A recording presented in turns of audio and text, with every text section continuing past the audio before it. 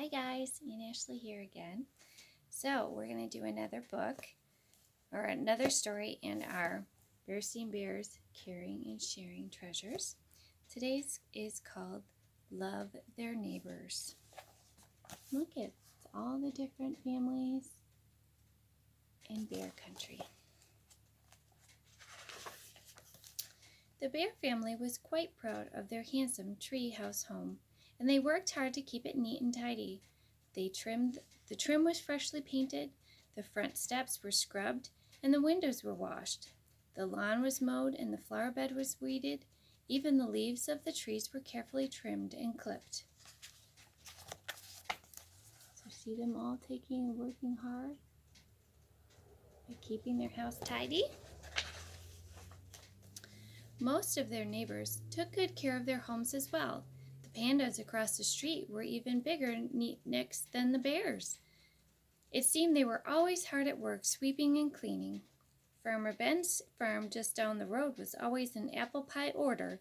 Even his chicken coop was neat as a pin. A place for everything and everything in its place. That's my motto, said Farmer Ben. The bear family had a few neighbors whose houses were positively fancy, like Mayor Honeypot, the bear who rode around Beartown in his long lavender limousine. His house was 3 stories tall and built of brick. It had a big brass knocker on the front door and statues of flamingos on the front lawn. Even more impressive was the mansion of Squire Grizzly, the richest bear in all Bear Country. It stood on a hill surrounded by acres of lawns and gardens. Dozens of servants and gardeners took care of the place. The bear family was proud of their neighborhood, and they got along with all their neighbors. So there's the pandas, and the Farmer Bens, and there's the mayor, and there's Squire Grizzly. So there's a lot of different shapes of houses too. Except for the Bog Brothers. The Bog Brothers lived in a run-down old shack not far from the Bear family treehouse. But what a difference. Their roof was caving in, and the whole place leaned to one side. There was junk all over the yard. Chickens, dogs, and cats ran everywhere. A big pig wallowed in the mud out back. Those Bog Brothers, said Mama, whenever she saw them. They're a disgrace to our neighborhood. Yes, agreed Papa, they certainly are a problem.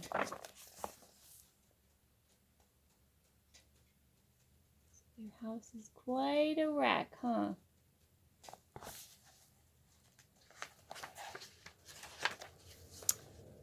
One bright spring morning, the Bear family was working outside, cleaning up and fixing, when the Bog Brothers came along. They were driving their broken-down old jalopy. It made a terrific clinking racket. As they drove past the treehouse, one of the Bog Brothers spit out of the car. It nearly missed the bear's mailbox. Really, said Mama, shocked. Those Bog Brothers are a disgrace. I agree, said Papa, getting the mail out of the mailbox. I'm afraid they're not very good neighbors. So here they come. And there they are spitting at their mailbox. It's not very nice. Papa looked through the mail and found a big yellow flyer rolled up. He opened it and showed it to the rest of the family. Come one, come all to the big Beartown Festival. Help celebrate our wonderful neighborhood. Games, ride, contests, prizes, fireworks. Saturday, 9 a.m. to 9 p.m. Honorous J. Honeypot, Mayor. Oh boy, said brother and sister. It's a big block party. Can we go? It certainly sounds like fun, said Mama. What do you think, Papa? Everyone in town will be there, said Papa. We ought to go too. Yay! Cried the cubs. So on Saturday morning, they all piled in the car. They had a picnic basket and folding chairs. They were looking forward to a day of fun and excitement. But as they drove along, the car began to make a funny sound. It started out as a pocket, but it soon developed into a pock, whoosh, pock, whoosh. That doesn't sound very good, does it? So there's the flyer. And there's There's their car making all that noise. "Oh dear," said Mama. "What is that awful sound the car is making?" Just then, the car made the worst sound ever, a loud clunk. It came to a sudden halt, and the radiator cap blew off. They all climbed out, and Papa opened the hood. "I guess it's overheated," said Papa, waving at the cloud of steam with his hat. "Oh no," said Sister. "How are we going to get to the Bear Town Festival?" "Maybe someone will stop and give us a hand," said Papa, hopefully. "Look, here comes a car. Let's all wave. Maybe they will stop." Oh, see, there's the clunk, and then the radiator cap's shooting off, and they opened the hood, and out came some steam and smoke, and so they're waiting for this car back here to come along. It was Mayor and Mrs. Honeypot in their long lavender limousine. They were on their way to the festival, too. Their car slowed down, but it didn't stop. The mayor leaned out his window. "Sorry, we can't stop," he said. "We're late already. I'm the master of ceremonies today. I've got to be there on time. I'm sure someone will come along to help you." And he pulled away with a squeal of tires. Said Papa. "Maybe someone else will come along." Soon another car did drive along. It was Squire and Lady Grizzly, being driven to the festival in their big black grizzly Royce. They slowed down, too. Lady Grizzly rolled down her window. "I'm afraid we can't stop," she said. "We don't have time. I am the judge of the flower arranging contest. We simply must hurry." And with that, they pulled away. There's the mayor and the grizzly, the grizzlies. "Maybe no one is going to stop," said Sister. "Maybe we're never going to get to the festival." "One of our neighbors is sure to stop and help us," said Mama. "After all, that's what neighbors are for." "Yeah," said Brother, "but do they know that?" A cloud of dust appeared down the road. "Here comes someone now," Sister said eagerly. The dust cloud grew closer, and they could hear a clackety-racket getting louder. "Uh-oh," said Papa, shading his eyes and peering down the road. "If that's who I think it is." It was. It was the Bog Brothers. They came clanking up in their rickety old jalopy and screeched to a halt.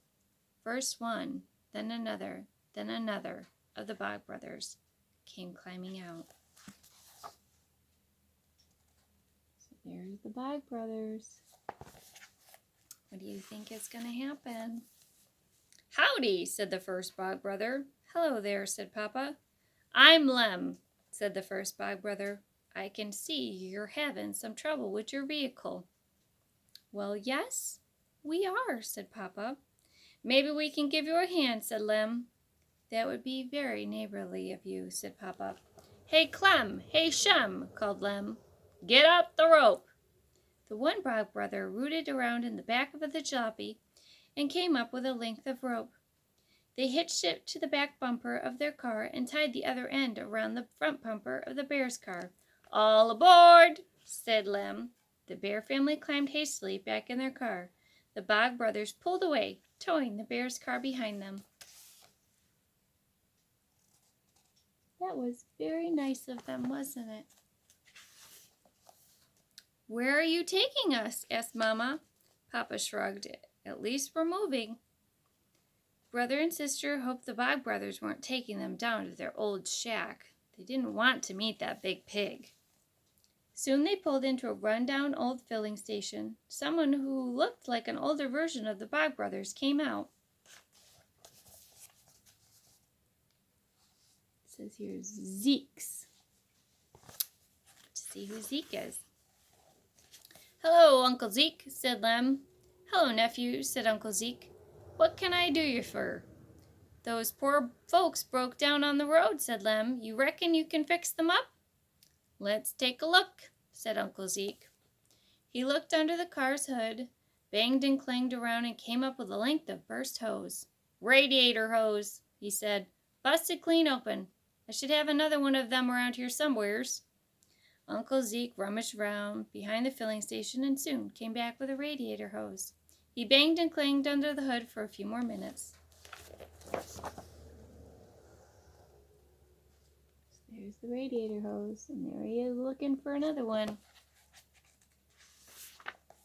There, he said, wiping his hands, good as new. We'll top off that radiator and you folks can be on your way. Thank you very much, said Papa, relieved. He shook hands with Uncle Zeke and the Bog brothers. Thank you, said Mama, brother, and sister. Honey Bear waved. How much do we owe ya? Asked Papa, reaching for his wallet. Nothing, said Lem. This one's on us. After all, we're neighbors. That's so nice of them. Here they were thinking the Bog brothers weren't nice. That's right, said Mama with a gulp. We are.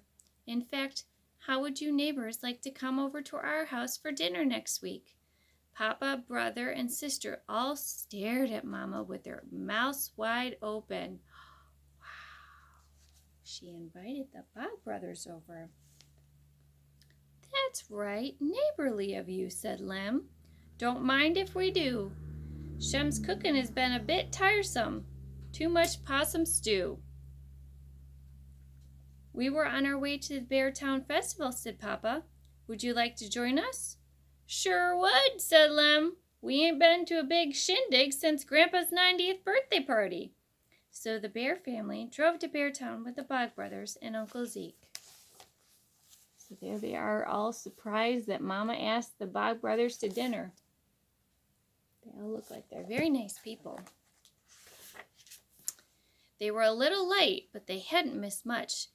Just Mayor Honeypot welcoming speech. They all joined in the games, rides, and contests. When it was time for the fireworks, the Bog brothers livened things up with some music of their own. You can see the fireworks going off. Pow, pow, pow. The next week, the Bog brothers came over to the Bears' tree house for dinner. They wore their best clothes and got all spruced up for the occasion. They even brought a housewarming gift, a big pot of Shem's special possum stew. It was delicious. There they are, all dressed up. So, sometimes people we think aren't nice actually turn out to be a lot nicer than we think. So, make sure you're kind to everyone.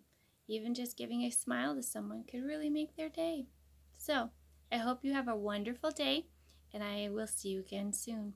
All right, love you. Bye.